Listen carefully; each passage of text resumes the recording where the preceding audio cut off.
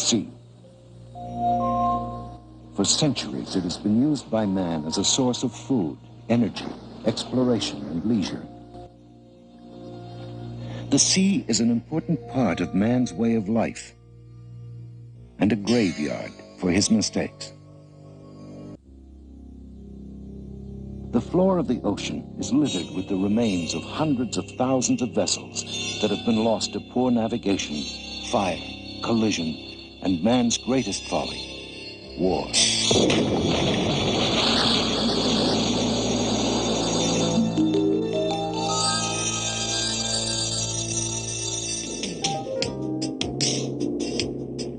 Today, members of the Foundation for Ocean Research, led by naturalist and underwater filmmaker John Stoneman, travel to a remote island off the coast of South America, here to explore a mysterious shipwreck recently found by Stoneman's longtime friend, underwater photographer Tom Mount.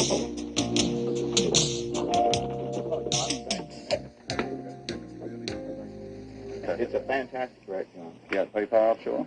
About 10 to 20 miles, and it's in relatively deep water, but believe me, you're going to be excited. I don't really want to tell you more about it until you've seen it.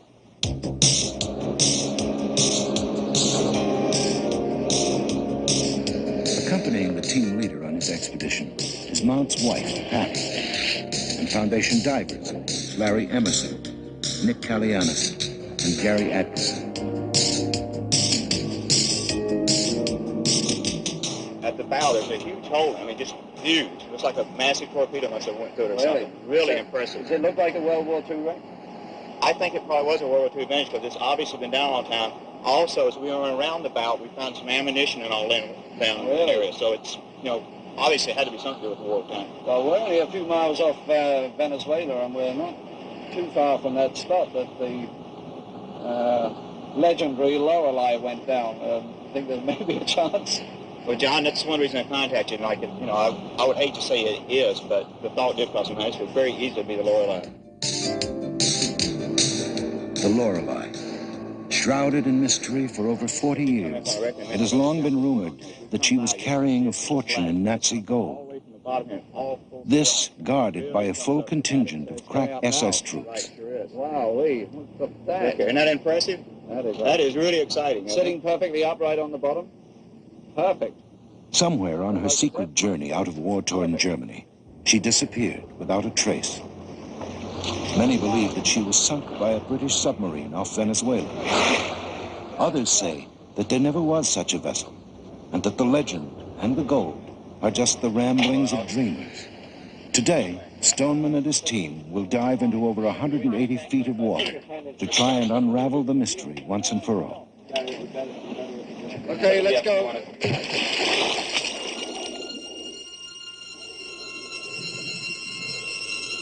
At 150 feet, the wreck appears through the gloom for the first time. Its decks shrouded in silt and debris.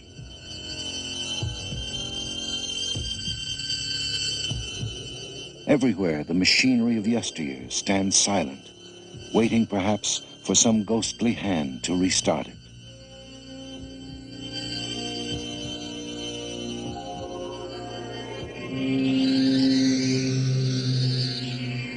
At the bow, at nearly 200 feet, and feeling the first dreaded effects of nitrogen narcosis, Tom Mount and Stoneman examine the gaping hole in the vessel's bow.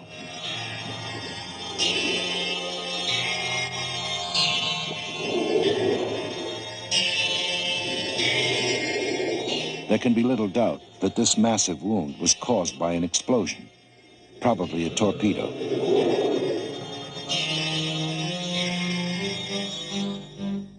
Nearby, the men find hundreds of rounds of ammunition strewn about the ocean floor like so many discarded toys.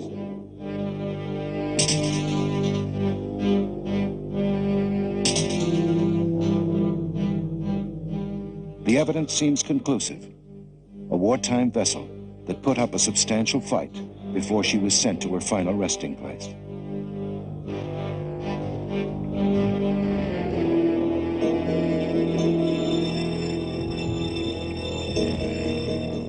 Before the divers can return to the world above, they are forced to spend a lengthy decompression period on the anchor line to rid themselves of the nitrogen that is built up in their bloodstreams. This to avoid the agonizing and often fatal bends. Later, Stoneman reviews the dive. If we really think this is the Lorelei, and there's a pretty good chance of it, the thing to do now is try and establish its nationality. If there's any chance that's the Lorelei, there must be something on there that says it's German. To achieve this and avoid the hazards of deeper diving, Stoneman now plans to make a number of dives to explore the upper cabins and bridge. But even here, the team will be forced to work at over 130 feet. I really don't know.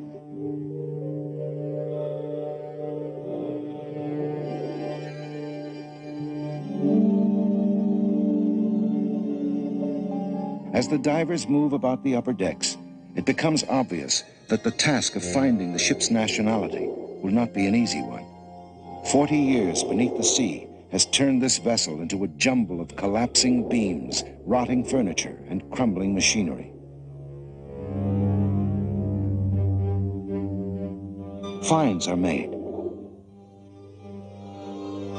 A set of delicate silver spoons. And nearby, a cigarette case.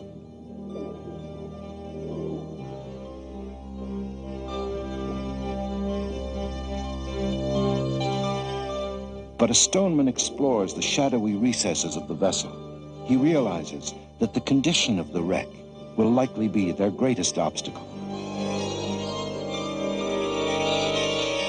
Everywhere that I go, I see the ship in her final agony. She is literally falling apart, and the hazards to we who dare to invade her are obvious.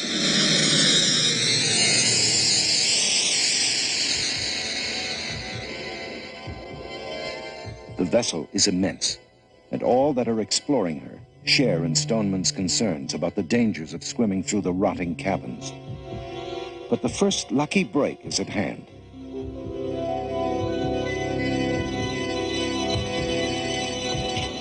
Well, I don't think there's any doubt about it. That definitely confirms it is the Lorelei. Yeah, it really does confirm it, John, but we still don't know for sure if there's an SS contingent on board. No, that's right, and I don't see much point in us getting into diving in deep into those holes. They're so deep, and that's probably where, if there was bullion, that's probably where it would be. That's really true because we have no decompression chambers here to support us or anything like that. Of course, we're all on air, so we've got to really be careful. And we think we should limit our bottom time and really check each other too, and especially if it starts silting up so that we don't get lost and disoriented with the effects in the process.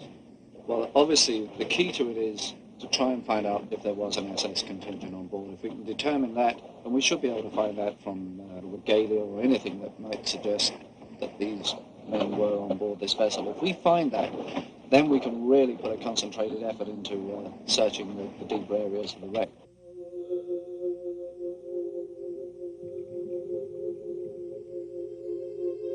In the days that follow, the agonizingly slow process of searching every inch of the upper cabins and decks continues. Finding whether SS were aboard the Lorelei is important to the Foundation divers, as it will prove conclusively that there must have been something of great value aboard to warrant such security.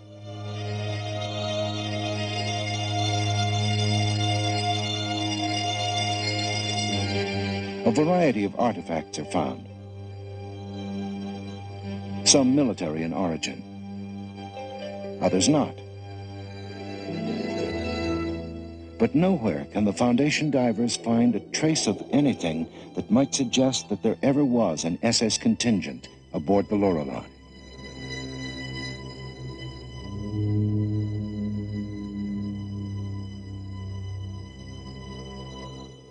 Then, on the third day, Stoneman makes a grisly find. Later, more human remains are found, and as the search continues, even more.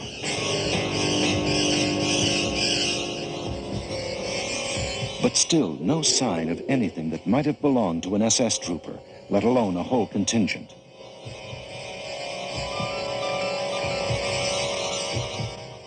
The team is becoming disheartened.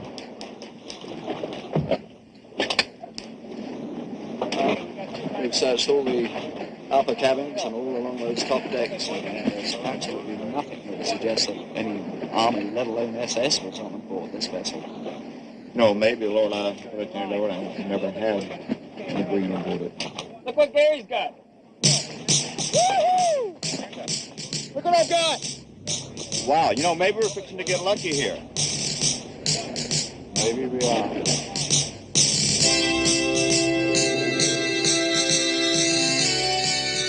At last, the break the divers have been waiting for. Sure evidence that the SS were aboard the Lorelei.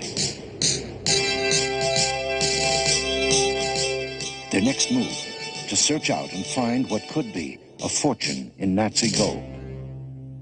We've done a pretty thorough examination of the whole stern cabin section, including those behind the bridge, and found absolutely nothing that would relate to this bullion or indeed any cargo. I think the time has now come when we've really, much as we don't want to, we've got to go deeper and to get into the first hold and probably the engine room, the hold that's behind that. What do you think, Tom? John, I think you're right. I think what we should do is Larry will go with me, and we're going to cover from the engine room here aft. Y'all can go up and hit this midships hole. This way we can say that forward hold to the very lights, because it's so deep, it's going to really be a dangerous dive. So let's try and save this really deep hold up forward until the very last thing, because that really does look like a bad place to go. But we've just got to check out these things. This is the Lorelei. The bullion should be on board, if the legend is true. John, we're going to have to time our dive carefully.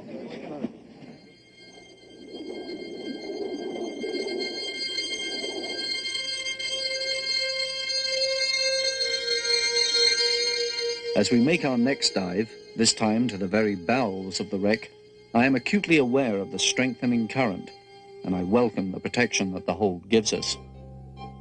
As Stoneman and Atkinson enter the hold's dark interior, Tom Mount and Larry Emerson enter the engine room from the stern.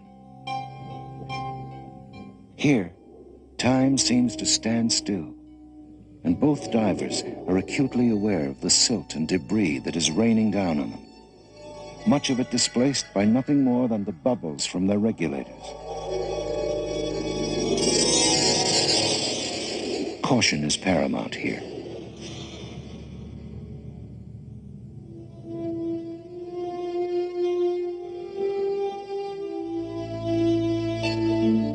In the midship's hold, neither Stoneman nor Atkinson have been able to find any trace of the treasure they seek, nor can they find any sign that the Lorelei carried any other cargo.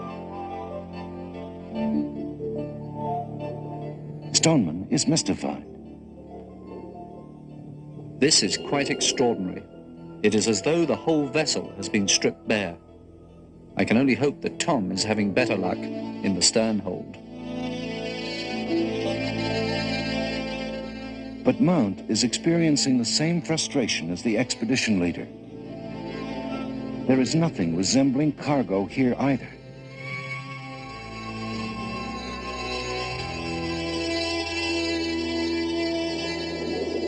The dive, with all its inherent risk, has been a total waste of time.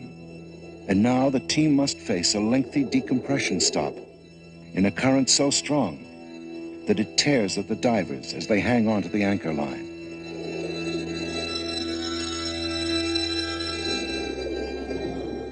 That night, Stoneman reviews the past few days' work. I am disappointed by our lack of success. We know we have the Lorelei and that it was heavily guarded. But why if there was no gold aboard her? Hopefully, tomorrow's dive will give us the answers we so desperately seek.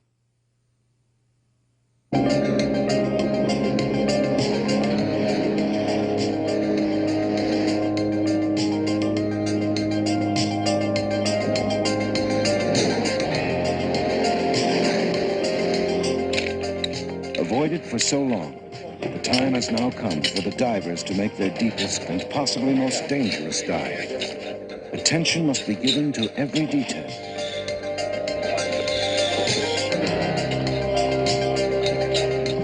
Extra scuba tanks are hung beneath the boat for the divers to decompress on, and powerful underwater lights are required to penetrate the darkness of the ship's hold.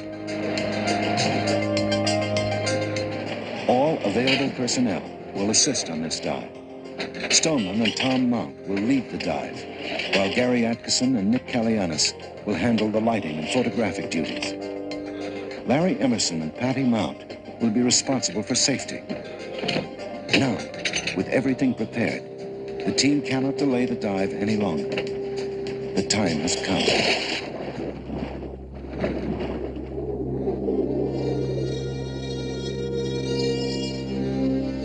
Far below, the divers' lights battle vainly against the dark waters that surround the long-dead ship. And Stoneman and his team are soon engulfed by the gaping maw of the wreck's forward hold.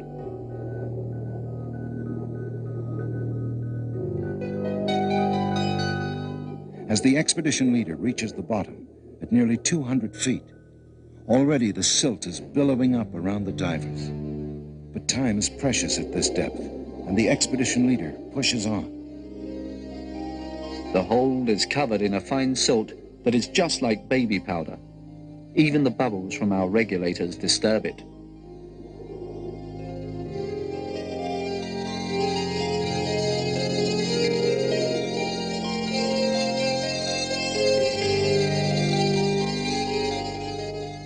As Stoneman leads the divers deeper into the wreck, Larry Emerson feeds out the light's cable to his friends far below.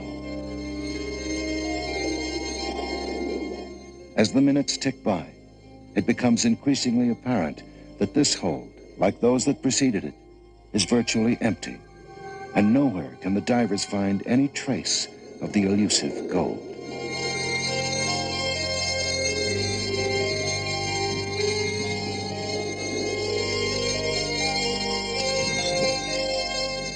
Now, deep inside the vessel, and with debris falling all about them, Stoneman decides to call off the dive. But suddenly, disaster. Silt is everywhere, and Stoneman is cut off from his friends.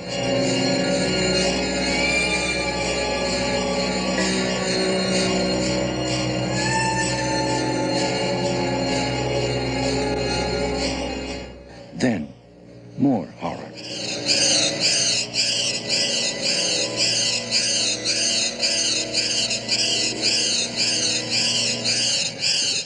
Suddenly, Tom Mount finds the cable that leads to the surface far above, and he gestures to his friend to take it.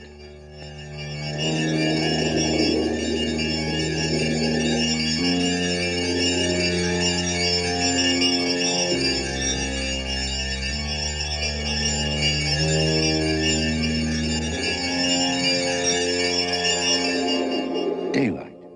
The men are safe once more.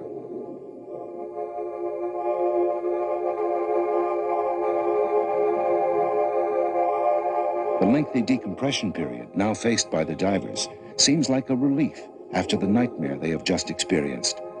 And though they have still not found the gold, they leave the wreck with something much more precious: their lives. Back on board, the team talk quietly about their experience, and the strain and disappointment of not finding the bullion shows on all of them.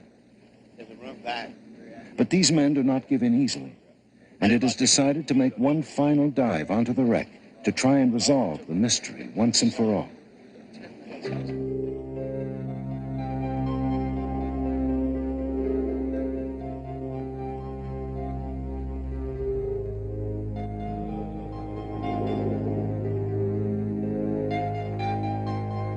Accompanied by Gary Atkinson, Stoneman proceeds directly to the captain's quarters, here to make some interesting finds.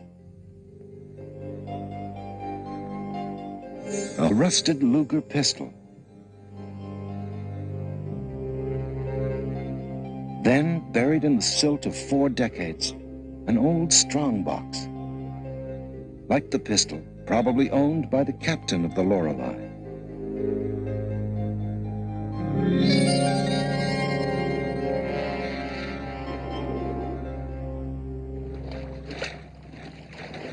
Well, perhaps there never was any bullion, or any gold of any sort. On board, with the artifacts strewn about them, the divers examine the contents of the captain's security box. Pictures of the family. Oh, yes. And what looks like a letter from his wife. And what have we got here? She hopes that he will have a safe trip, that they will one day be together again very soon when these dark hours are past. Seems rather sad that now he's down there laying on the bottom of the ocean with that ghost ship. Well, John, you know one thing. We may not find any treasure, but we've had probably the most exciting diving we've ever had in our lives here. Without any doubt whatsoever. During the previous 10 days, we have made over 50 dives onto the Lorelei. Our only reward, a few artifacts, some Nazi regalia, and a love letter that perhaps emphasizes the danger that men sometimes face when they seek to challenge the ocean. And perhaps even more frightening, each other in the deadly game of war.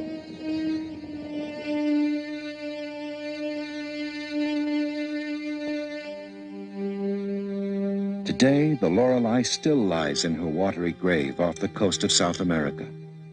And with her, the secret of a fortune in Nazi gold. Yet one more mystery in this, the last frontier.